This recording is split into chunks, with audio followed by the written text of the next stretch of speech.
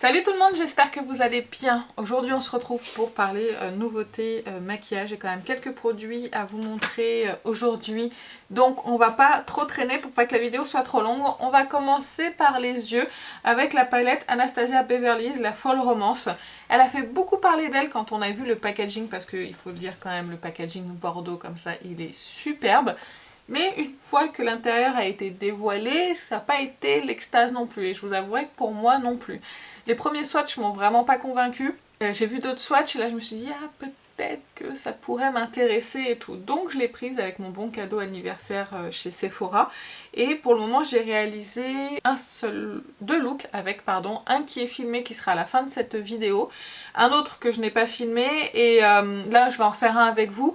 Et j'essaierai de vous en faire un pour Instagram et un pour TikTok si j'ai le temps parce que j'ai encore pas mal de choses là pour les yeux à utiliser. Donc on va commencer, je sais absolument pas vraiment ce que je vais faire. J'ai envie d'utiliser Crown qui est juste ici ou First Fireside, un des deux. Je sais pas exactement lequel. Vous voyez les fards lumineux ils me transcendent pas plus que ça en fait sur cette palette là. C'est pas exceptionnel. À la base j'aurais bien aimé utiliser Divine mais j'ai pas envie aujourd'hui. Je pense que je vous le ferai en TikTok ou en réel. Bon allez, je vais me lancer. Je vais prendre la teinte qui est juste ici et je vais la mettre dans mon coin externe. Les teintes sont très bien pigmentées sur les fards mat, il n'y a pas trop de soucis avec ces teintes. Ça va vite, vous voyez j'ai quasiment fini là. Et voilà pour le fard mat qui est vraiment pas mal du tout. Et je vais prendre la teinte Crown qui est ici, mais finalement je vais prendre celle-ci. Ce sera un look un petit peu plus classique. Je vais y aller au doigt. Je trouve que les fards lumineux, il manque un petit peu de crémeux. Du coup ils sont assez difficiles à prélever selon moi. Bon, je vais essayer au pinceau parce que la texture elle marque un petit peu ma paupière. Peut-être que j'en applique trop au doigt. Il faut pas trop en mettre de ce fard lumineux parce que sinon ça marque quand même la paupière. Et là vous voyez ici j'en ai trop mis et du coup ça fait une épaisseur et j'arrive pas à l'enlever. Je trouve que les lumineux c'est vraiment mais quelconque quoi, même sur la paupière c'est pas terrible. Je suis pas super emballée. En plus j'ai mal dormi donc forcément je suis encore plus difficile que d'habitude. Et oui, merci le syndrome prémenstruel de me faire subir les insomnies. Allez, on continue. Je vais mettre mon mascara. Bah écoutez, je vais vous parler du mascara que je vous ai montré dans mon précédent haul. Normalement, c'est la vidéo juste avant si je ne me trompe pas. Je vais vous parler du mascara de chez Linda Hallberg de LH Cosmetics. C'est le Infinity Power Lash Waterproof et c'est celui qui a une petite brosse comme ceci. Et je l'ai acheté en promotion, c'était très intéressant sur le site de LH. Et je l'ai essayé hier pour la première fois. Ce que je peux vous dire c'est que déjà il tient la courbure sans aucun problème. Cependant il dépose pas énormément de matière sur les cils. Il faudrait soit mettre plusieurs couches, sinon moi je le coupe avec un mascara là qui arrive en fin de vie en ce moment. Et ça m'apporte du coup le volume. Lui il m'apporte la courbure et l'autre va m'apporter le volume et de la longueur. Oh là là, je me suis taché la paupière. Je ne charge jamais trop ma première couche de mascara pour que ça sèche correctement et que ça tienne la courbure. Si je charge trop, après ça va être trop lourd. Et donc ensuite, en deuxième couche, j'applique le MAC Stack de chez MAC qui va m'apporter le volume et ça me permet de le finir en même temps. Je ne sais pas si vous verrez la différence entre les deux. Mais c'est vrai que le MAC il apporte vraiment beaucoup de volume. Dommage qu'il ne tienne pas la courbure sur moi parce que sinon il aurait été vraiment bien. Voilà pour le mascara, on va passer au fond de teint. Et on va appliquer ensemble le Revitalescence Skin Glow Foundation de chez Shiseido que j'ai pris en teinte 140 porcelaine qui est beaucoup trop clair pour moi. Je vous en ai parlé dans le haul également, mais il s'oxyde un petit peu, mais il reste quand même un petit peu clair malgré qu'il s'oxyde. Donc je vais le mélanger avec autre chose, mais avant je vais vous donner ses promesses. Un fond de teint soin dont les actifs offrent une peau éclatante de santé. Ce fond de teint contient le même niveau d'ingrédients de soin de la peau qu'un sérum Shiseido grâce à 2 ingrédients efficaces le ferment de kéfir plus et la niacinamide. En seulement une semaine, la peau est visiblement plus uniforme, hydratée et lisse. Couvrance moyenne, fini et lumineux, 12 heures de tenue, 24 heures d'hydratation. Il nous conseille de bien le mélanger. Alors, je vais le mélanger avec un autre produit. Vous ne verrez pas son résultat. Donc il va falloir me croire sur parole parce que je l'ai déjà appliqué 2 fois avant de vous filmer cette vidéo sans le mélanger à quoi que ce soit pour me faire une idée. Mais j'en ai marre d'être blanche la journée. J'aimerais bien avoir meilleure mine, surtout aujourd'hui. J'ai déjà fait de la correction sur mes taches avec un correcteur parce qu'il est couvrance, ils disent couvrance moyenne. Mais on est quand même sur une couvrance légère selon moi, mais qui va se moduler. Il se module pas trop mal, mais en plus, moi, comme il est clair, du coup, on voit quand même beaucoup mes taches en transparence. Donc je dirais que réellement, il doit avoir une couvrance moyenne si on le module, mais à condition de le prendre à la bonne teinte. Et je vais le mélanger au Glow Filter de chez Beauty Bay, qui est trop foncé pour moi. Donc je vais mettre une petite pompe, et puis ça va normalement le réchauffer un petit peu. J'espère que ça va pas le suroxyder parce qu'il s'oxyde quand même pas mal. Pas assez encore. J'aurais dû prendre une teinte au-dessus. Mais bon. Donc, ouais, là ça va être mieux, bien mieux que tout seul. Parce que ça faisait quand même un petit peu pâle. Et donc du coup, si vous cherchez un fond de teint qui est fin, qui est glow, qui est hydratant, franchement, il est très bien. Moi, je ne vois pas sur ma peau. Il est quand même assez imperceptible. Surtout sur le contour de ma bouche parce que c'est là où j'ai de la texture de peau. Mais il est vraiment très très joli. Il est bien glow, bien lumineux. Et effectivement, on voit qu'il est quand même infusé de soins parce qu'il glow comme si je venais d'appliquer mes soins, par exemple. C'est un très joli fond de teint. Après, ils disent tenue 12 heures. Je ne l'ai pas porté pendant 12 heures pour me rendre compte. Je pense pas qu'il tienne sous des chaleurs extrêmes, ce genre de choses. Je suis pas sûre. Je pense qu'il aura ses limites, mais sur moi, avec une poudre de finition classique, il a tenu toute la journée sans problème. Donc ça reste quand même un beau fond de teint. Là, il est un petit peu plus lumineux que ce qu'il est d'habitude parce que je l'ai mélangé au produit au Glow Filter de chez Beauty Bay. Mais il reste quand même très joli et vraiment imperceptible sur la peau. C'est un très beau fond de teint. Et le mélange de deux est une réussite. Voilà comment je vais faire pour le foncer. C'est très joli. On voit quand même mes taches en transparence malgré que j'ai fait de la correction et malgré le fond de teint. J'aime bien quand même la couvrance. J'ai quand même le teint bien unifié et qui fait en bonne santé. Donc pour moi c'est un bon fond de teint qui tient plutôt bien ses promesses, je trouve. Il n'a pas tendance à lisser ou à flouter la peau, mais il ne met pas l'emphase non plus sur la texture de peau. C'est pas le plus lissant, mais c'est pas non plus celui qui met l'emphase sur la texture de peau. Et voilà pour le fond de teint. Je suis contente d'avoir trouvé ce mélange, ça va me permettre de pouvoir l'utiliser sans trop me poser de questions. Parce que là du coup avec une seule pompe de ça et...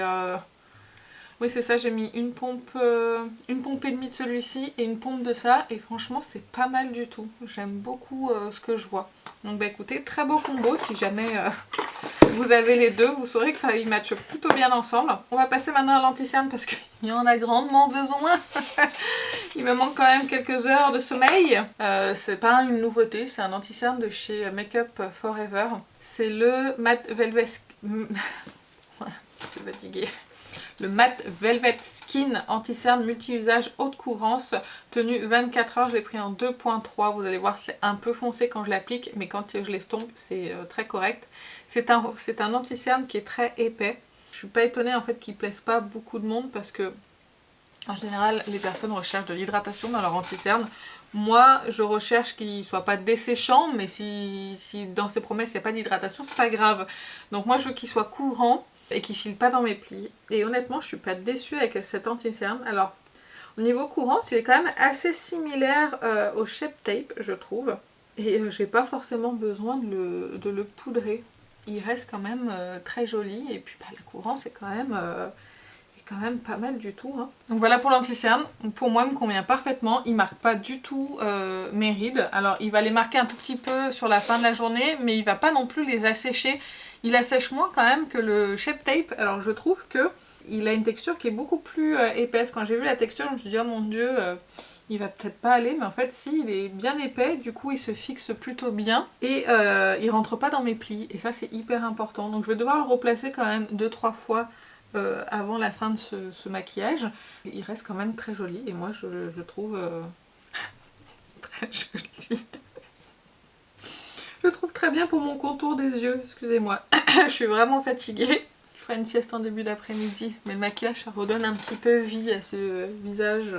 Voilà pour l'anti-cerne. Mais bon, je m'attarde pas trop parce que je sais que c'est pas forcément le genre d'anti-cerne que la plupart des personnes recherchent. Je dois être une des rares à rechercher quelque chose de mat et couvrant et pas forcément hydratant. J'ai pas de nouvelle poudre à vous montrer. Je vais utiliser la poudre que j'ai dans ma rotation. La Too Faced, je reviens juste après. Je vais appliquer en muqueuse un crayon de chez Charlotte Tilbury, c'est le Pillow Talk Eyeliner. Et je reprends la teinte que j'ai mis dans mon coin externe qui est ici et je vais flouter le crayon avec. Et voilà pour les yeux. On revient à la palette juste après. On va passer au bronzer. Et le bronzer, j'avais normalement prévu d'appliquer ça de chez Chanel qui est dans ma rotation en guise de bronzer crème, mais j'ai poudré avant. Voilà, c'est pas très grave. On va utiliser le Make Up Forever que j'ai mis dans ma rotation également. Je vais prendre un pinceau de chez MAC qui est le 143S. Vous aurez de toute façon toutes les références, alors pas des pinceaux, mais les références des produits que j'utilise avec les teintes dans la barre d'infos. En blush, nous allons mettre une nouvelle teinte des blushs de chez RMS Beauty. Il s'agit du Crystal Slipper en teinte... Bah c'est la teinte Crystal Slipper. Et le nom du blush c'est Hydra Powder Blush. Je trouve cette teinte mais tellement belle. C'est une teinte qui va pour toutes les occasions. Une teinte neutre qui va plutôt bien ma carnation, qui se voit pas trop mal sur mon teint. Hop! Je vais vous montrer ça tout de suite. Et en fait, peu importe le maquillage que je porte, il va avec tout. Et je l'aime beaucoup. De toute façon, j'aime beaucoup. J'avais le Maiden's Blush dans ma rotation. Celui-ci, il est magnifique également. Je pense que... J'ai pas encore fait ma rotation au moment où je filme cette vidéo. Mais vous l'aurez déjà vu. Mais je pense que je vais peut-être le garder dans ma rotation, celui-ci. Parce que là, pour l'automne, Maiden's Blush, il est vraiment super joli. Et celui-ci, il est parfait. Ils ont bien fait de ressortir des nouvelles teintes. Même si le site RMS n'est pas terrible. Achetez-les sur d'autres sites. Hein. Allez, on va fixer le teint avec la brume de chez By Terry. Je l'ai déjà utilisé avec vous en vidéo, mais je sais pas ce que j'en pense encore. Donc il faut que je la réutilise. Il m'a semblé qu'elle me laissait un voile. Vous savez, comme si vous mettiez de la laque. Ça m'est déjà arrivé quand je laque mes cheveux de laquer un peu mon front. Vous savez, cet effet laqué brillant. Ben, j'ai l'impression que ça m'a fait un peu le même effet. Mais j'ai envie de vérifier, donc il faut que je la réutilise. Niveau brume, elle est pas mal. C'est pas la plus agréable, je préfère celle de Morphe par exemple, mais elle est pas trop mal. Là je viens d'en avaler, c'est pas très bon.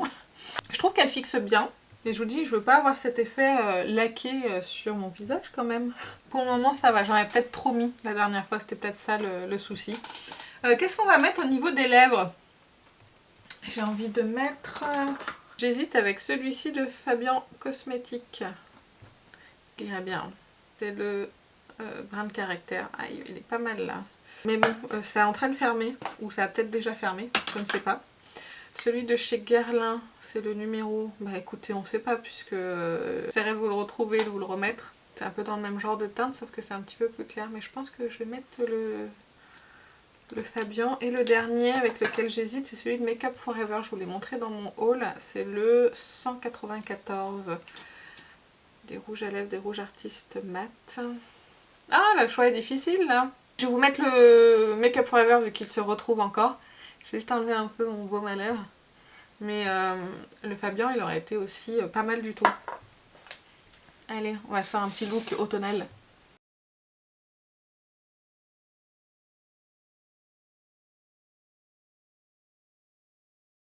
La texture est tellement fine de ces rouges à lèvres, on n'en parle pas assez je trouve.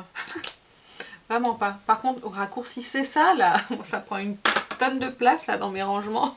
J'ai l'impression d'être super blanche dans le retour, mais je vous assure que c'est pas vraiment le cas. Je pense que c'est peut-être à cause de la lumière du soleil. Là j'ai le soleil qui tape en plein sur la fenêtre. Mais non, je suis pas si blanche que ça. On va faire un rapide récap des produits. Excusez-moi, ça me démange. La palette, c'est pas un coup de cœur, mais je vais encore lui laisser sa chance. Les fards sont pas vilains, mais je trouve qu'ils sont quand même un petit peu épais. En fait, ils sont difficiles à prélever, mais ils sont épais sur la paupière. Punaise, mais c'est pas vrai, ça me démange. Excusez-moi, ça me grattait. Mais ils sont quand même assez épais, je trouve, et du coup ils sont pas hyper avantageux pour moi qui ai une paupière qui est marquée de base. Mais les couleurs dedans sont très jolies, j'aime bien en fait le look que j'ai fait aujourd'hui, je le trouve vraiment très joli, très automnal, ça va bien avec mon haut, enfin c'est très bien. Mais voilà, je sais pas si je la garderai ou si je m'en séparerai ou pas, mais je vais d'abord essayer, je vais me faire un look avec ça et celui-là. Ça je les ai pas utilisés, j'ai pas utilisé ce violet non plus, faudrait peut-être que je me fasse un look avec celui-là. Ouais, je pense que je vais utiliser ça et Smoke pour le prochain look, et ça et ça. Je pense que ça devrait être ça que vous retrouverez dans les réels. Je vais essayer quand même de m'accrocher à cette palette et lui laisser vraiment toutes ses chances. Parce que j'adore la couleur du packaging et j'aime bien Anastasia, donc ce serait vraiment dommage de m'en séparer. Donc ça c'est pour la palette. Le blush RMS... Amour de amour. Je vais regarder les nouvelles autres teintes qui sont sorties. Parce que franchement, je pense que ça fait quand même partie de mes blushs préférés.